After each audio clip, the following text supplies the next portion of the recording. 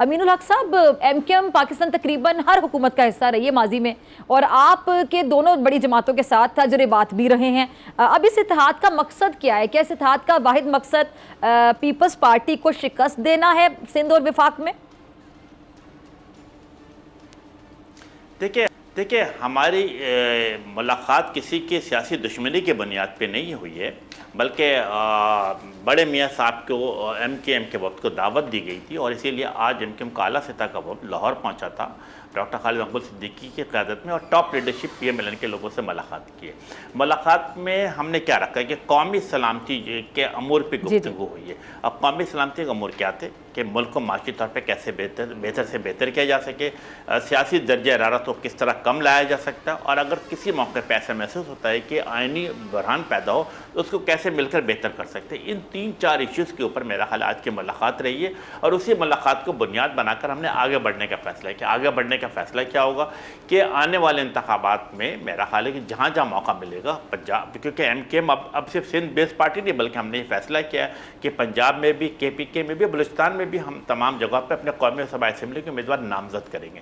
تو میرا خیال ہے کہ آگے چل کر کے کچھ جگہوں پر سیٹ ایڈجسٹمنٹ ہو سکتی ہے۔ ہاں ڈاکٹر فضا، اگر آپ ایم کے ایم کے ڈائنامک اٹھا کے دیکھیں گے، ہسٹری اٹھا کے دیکھیں گے پچھلے 35 سال کو، اور اس دوران اگر 8 یا 10 قومی صوبائی اسمبلی کے الیکشن ہوئے، تو ایم کے ایم نے ہمیشہ کسی کے الائنس نہیں کیا، بلکہ ہمیشہ ایم کے ایم کے انتخابی نشان پتنگ پہ الیکشن لڑا، اور ہر دور میں 1988 سے لے کر آپ 2018 تک دیکھیں گے تو ایم کے ایم نے شہری سندھ میں ہمیشہ شاندار کامیابی حاصل کی۔ ہمیں اس بات کی امید ہے کہ جس آرگنائز طریقے سے، ڈسپلن کے طریقے سے ایم کے ایم پاکستان آگے بڑھ رہی ہے، وہ میرا خیال اس میں ہر گزرتے دن کے ساتھ بہتری سے بہتری نظر آ رہی ہے۔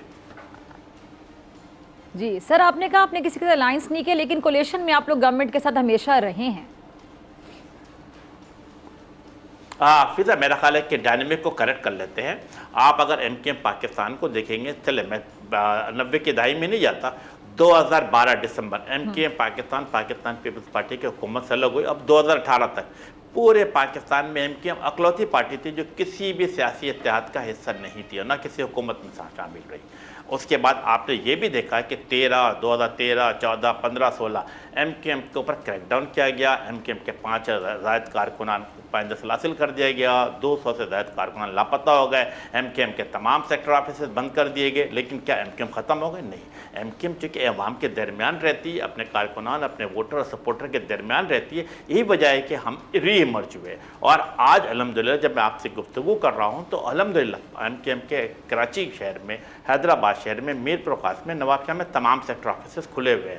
اسی طریقے سے کراچی کی اگر میں آپ سے بات کروں تو 2014 یو سی ہے، ان 2014 یو سیز میں سے الحمدللہ 190 یو سیز پہ آلریڈی ہمارے دفاتر کھل چکے ہیں۔ نہ صرف یہ کہ دفاتر کھل چکے، بلکہ اب ہمارے الیکشن آفیسز بھی کھل رہے ہیں۔ پھر فضا، میرا خیال ہے کہ ایم کے ایم چونکہ امام کے درمیان رہتی ہے، تو ہم نے ایک جسے کہتے ہیں ماس کانٹیکٹ شروع کر دیا ہے۔ اب بڑے بڑے جلسے شہر میں کیے جا رہے ہیں، ملیر میں کیا، اورنگی ٹاؤن میں کیا، اور پھر ہم نے گلشن اقبال میں کیا، پھر لیاقت آباد جو سینٹر آف دی سٹی پہ بھی کیا۔